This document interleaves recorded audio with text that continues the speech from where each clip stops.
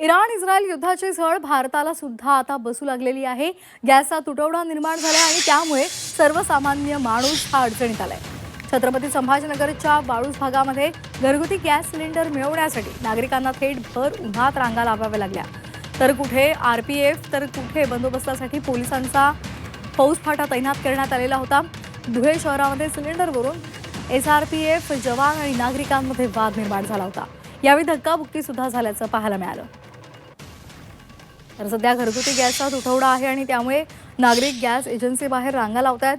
भर उन्हात ते तात्काळ उभे राहतायत। मात्र तरी सुद्धा गॅस मिळत नसल्यामुळे अनेकदा त्यांची वादावादी होते। कधी गॅस एजन्सीच्या कर्मचाऱ्यांसोबत वादावादी होते तर कधी तैनात केलेल्या पोलीस आणि एसआरपीएफ जवानांसोबत वादावादी होते।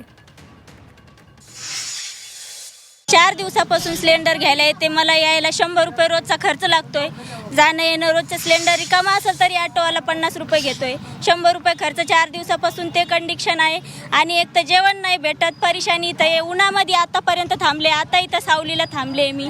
आणि 2 गाड्या आणल्या, 4 दिवसापासून एक पण गाडी आली नाही। 2 गाड्या आणल्या, संपून गेलेले आणि आता तिसरी गाडी आणतो म्हणून थांबलो। आता ते सिलेंडर संपले तर आता म्हणतात गाडी येणार नाही, आता घरी जा म्हणतात। मी 11 वाजल्यापासून इथं उभा आहे।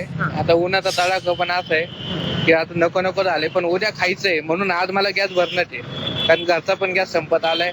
आता ह्या लाईनीला आता किती वेळ लागेल काय माहिती नाही। तर सरकारने सांगितलेलं की गॅस पुरेशा प्रमाणात उपलब्ध आहे, घरगुती गॅस मिळेल। मिळेल, पण नाही मिळालं तर काय करणार? सरकार थोडी आम्हाला घेऊन येणार आहे? आम्हाला लाईन लावणी तर न्यायलाच पाहिजे।